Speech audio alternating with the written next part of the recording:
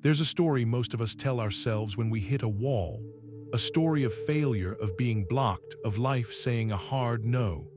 You have the vision, you put in the work, you show up with your whole heart, and then it happens. The rejection letter arrives. The relationship ends. The project collapses. The path you were so sure about suddenly vanishes, and you're left standing in front of an obstacle that feels solid, final, and personal. In that moment, the frustration is more than just disappointment, it's soul-draining.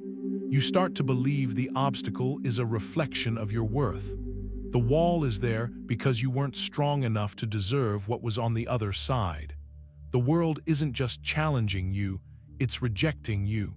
This is the narrative of the victim, the story of the passive observer to whom life just happens. But what if that story is a lie? What if the obstacle isn't the end of the path, but the beginning of the real one? What if the wall isn't there to stop you, but to redirect you? The Roman emperor and Stoic philosopher Marcus Aurelius wrote in his private journal, "The impediment to action advances action. What stands in the way becomes the way." Think about that for a second. It's one of the most powerful reframes in human history. He's not telling you to ignore the obstacle, to go around it, or to pretend it isn't there. He's telling you that the obstacle itself, the very thing you believe is ruining your life, is the raw material for your success. The rejection, the failure, the heartbreak, the limitation, that's not the barrier. That is the path. It's the curriculum your soul signed up for. This isn't about toxic positivity. It's about a radical form of spiritual alchemy. It's about learning to see the universe not as a force working against you, but as a master teacher shaping you. Every impediment carries a hidden instruction. Every wall has a secret door. The question is not whether you will face obstacles, you will. The question is whether you will have the wisdom to see them for what they are. If you're here, it's because you're tired of feeling blocked. You're ready to stop seeing walls and start seeing doorways. You're ready to learn how to turn your pain into your power. If this message is already speaking to something deep inside you, do me one simple, free favor. Hit that subscribe button. It tells me you're someone who is done being a victim of your circumstances and is ready to become the architect of your reality. Let's walk this path together. The alchemy of rejection. The door that closes is not a lockout, it's a redirection. Rejection feels like a judgment. The job you didn't get, the person who didn't choose you, the group that didn't accept you, it lands like a verdict on your value. In that moment, your mind tells you a story, you're not good enough. And because it hurts, you believe it. You see that closed door as proof that you are unworthy of what lies behind it. But the Stoics would ask you to look again. That closed door is not a judgment, it's a redirection. The impediment of no forces the action of finding a new and often better yes. Think about it. How many times have you looked back on a rejection years later and felt a wave of relief? The job you were devastated to lose was the very thing that pushed you to start your own business. The person who broke your heart was the person who, had they stayed, would have kept you from becoming the person you are now. Seneca, another great Stoic, often wrote about the deceptive nature of fortune. He argued that we often cry about the things that are actually saving us. He wrote, "What we are suffering from is not cruelty but care." Life, in its infinite wisdom, sometimes closes a door in your face to protect you from a room that would have suffocated your soul. The rejection wasn't a punishment, it was a rescue. Carl Jung spoke of the shadow, the parts of ourselves we repress or are unconscious of. Rejection often shines a light on our shadow. Maybe you were chasing a goal for the wrong reasons, for ego, for validation, to prove someone wrong. The rejection, painful as it is, forces you to confront your own motives. It asks you, did you really want that, or did you just want to be wanted? The obstacle of their no becomes the way to your own honest yes. It advances the action of introspection, of getting brutally honest with yourself. This is the alchemy. You take the raw, painful material of rejection and you don't just get over it, you use it. You let it clarify your desires. You let it strengthen your resolve. You let it prune away the paths that were never truly meant for you. When you are rejected, you are not being told you are worthless. You are being told that your value belongs elsewhere. And now, you are free to find where that is. The next time a door closes, stand in front of it for a moment. Feel the sting, let it hurt. But then do not mistake it for a wall. It is a signpost. The impediment has advanced the action. You are now being guided. Turn around and for the first time, see the infinite number of other doors that have been waiting for you to notice them. What stands in the way has become the way. The blueprint in failure, finding the path by learning where it is. Failure is the ghost that haunts our ambitions. We are so terrified of it that many of us choose not to even try. We stay in the safe harbor of mediocrity rather than risk the storm of a great attempt. When we do dare to try and fail, the shame can be paralyzing. We don't just see the project as a failure, we see ourselves as a failure. This is the greatest confusion. A failed attempt is an event, it is not an identity. The Stoics taught this relentlessly.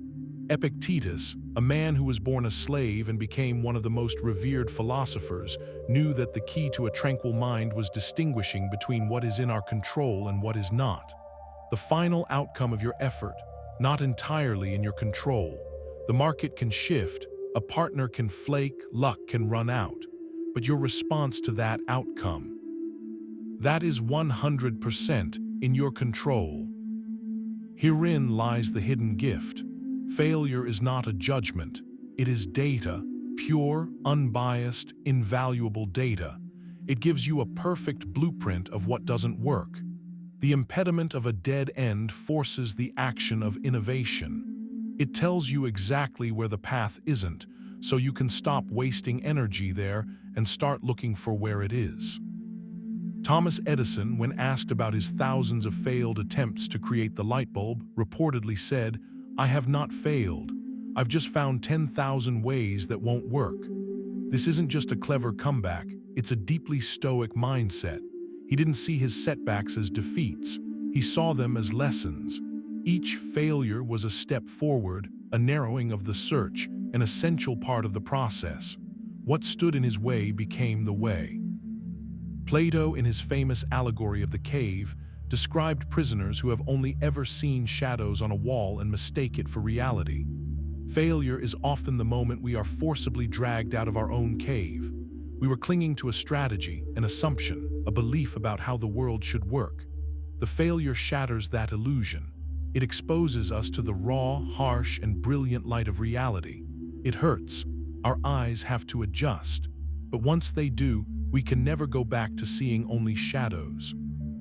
The impediment of our broken assumption advances the action of seeing the truth.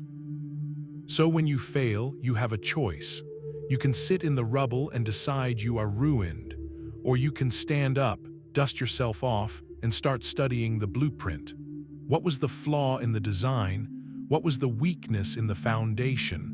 What assumption were you making that the world just proved wrong?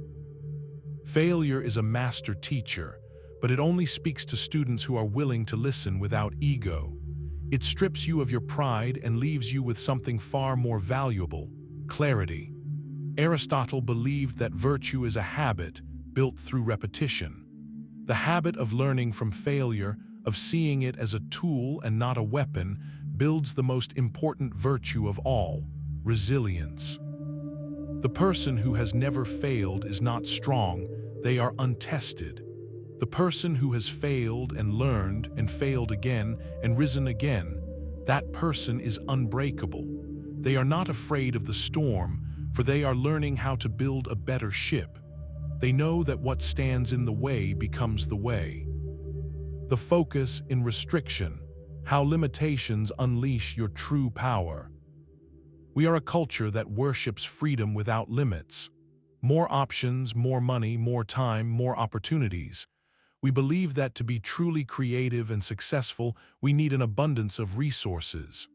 So when we are faced with restrictions, a tight budget, a looming deadline, a lack of support, a physical limitation, we feel trapped. We see the restriction as a cage, an impediment to our best work. But what if the cage is actually a crucible?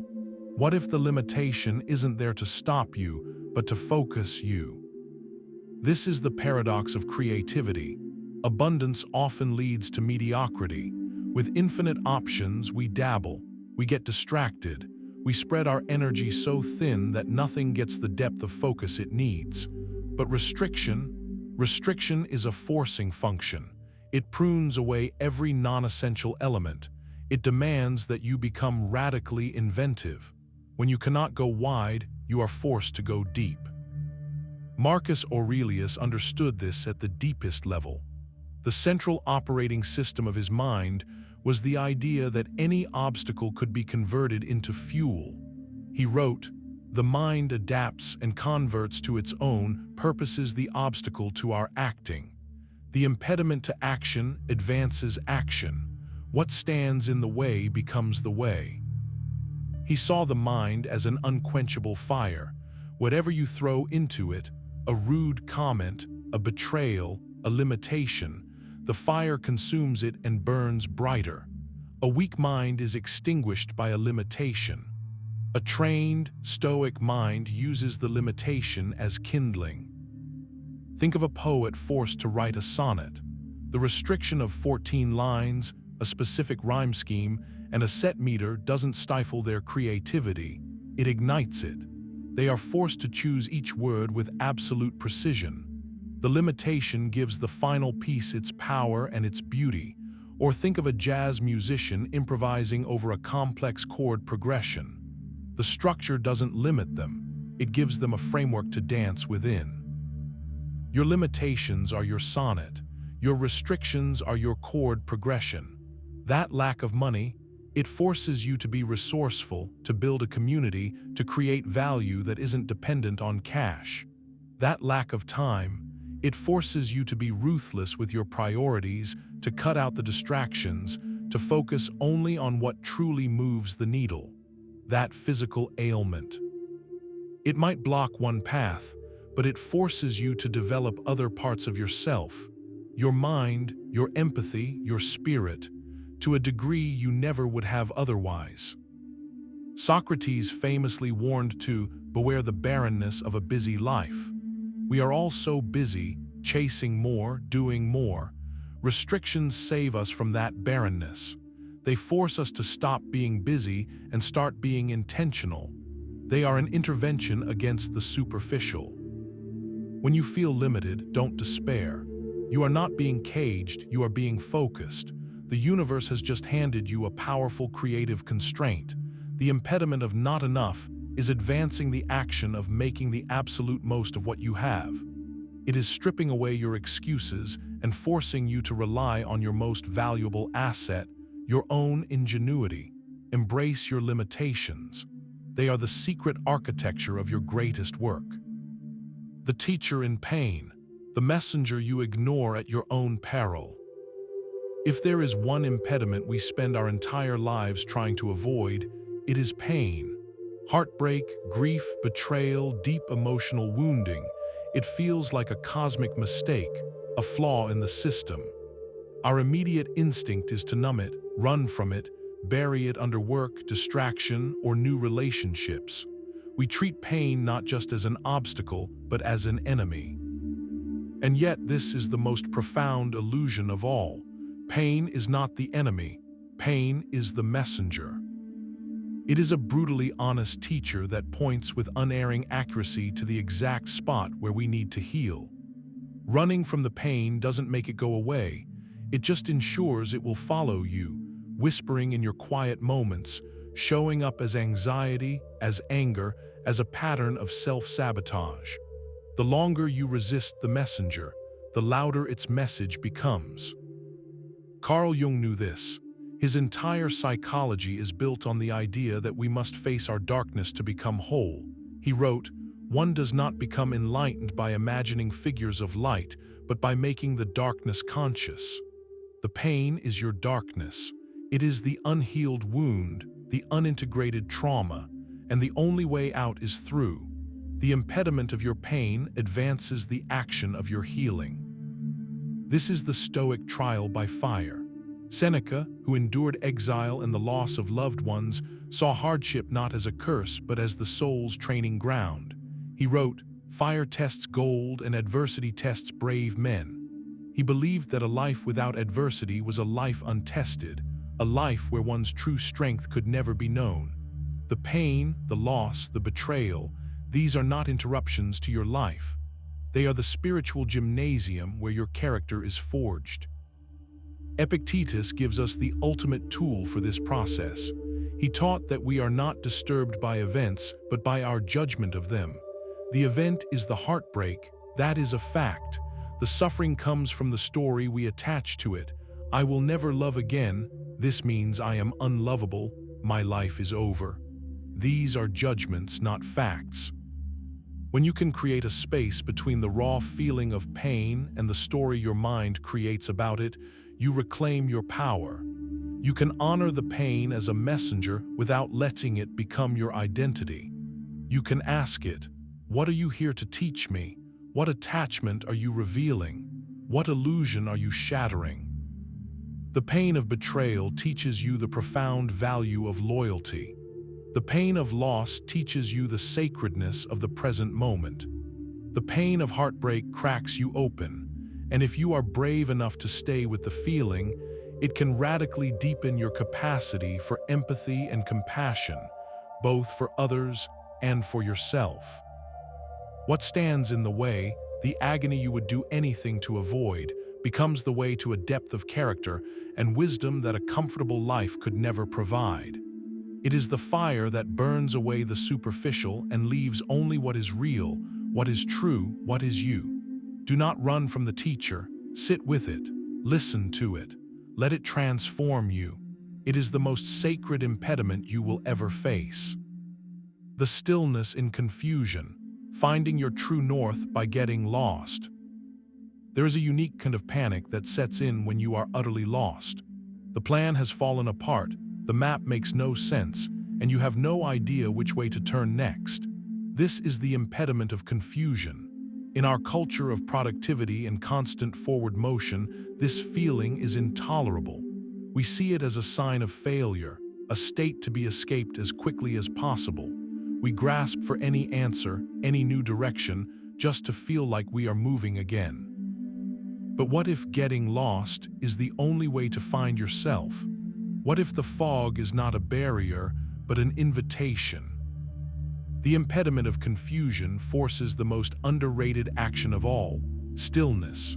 When you don't know where to go, the only wise move is to stop, to cease the frantic search for an external answer and begin the quiet journey for an internal one.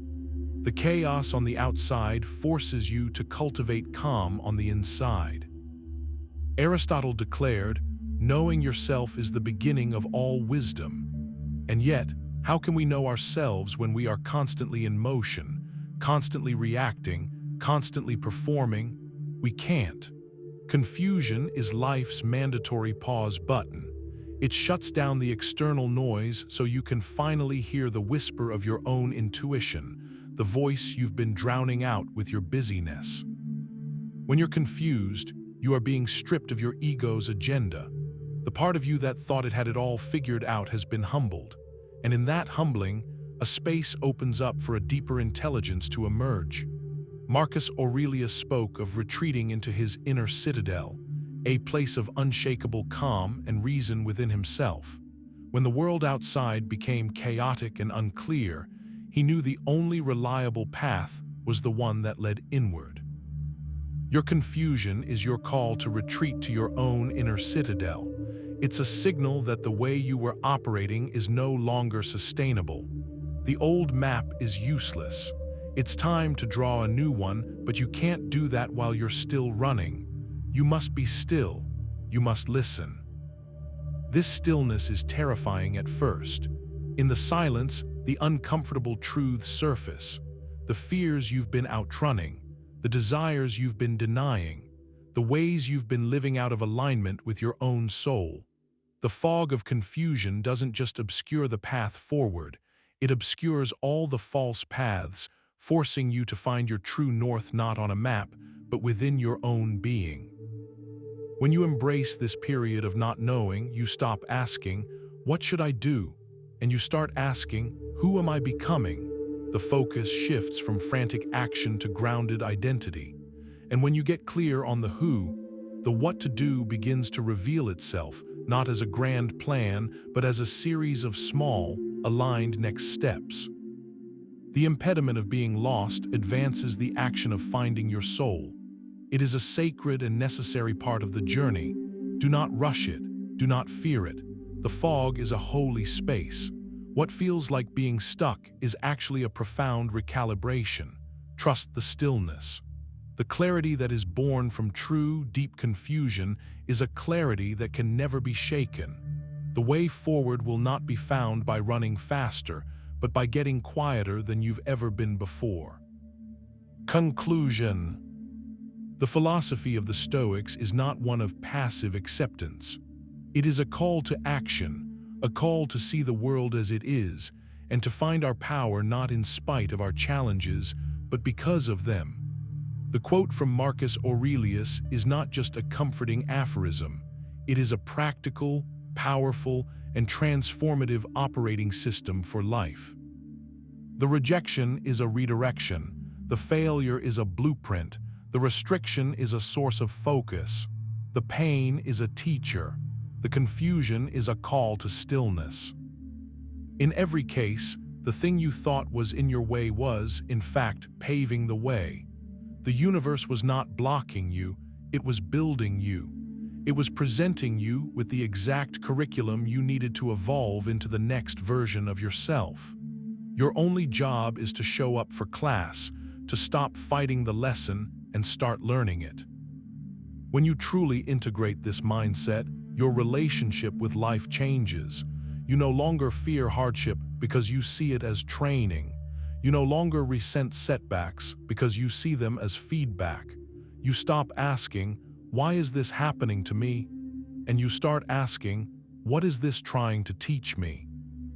This is the beginning of real freedom. Not a life without obstacles, but a life where you are no longer a victim of them. You become an alchemist, capable of turning any base metal, any pain, any failure, any loss into gold. So look at the obstacle in your life right now, the one that feels heavy, personal, and insurmountable. Look at it, and with all the courage you can muster, say, "You are not in my way, you are my way." Then take a deep breath and take the first step.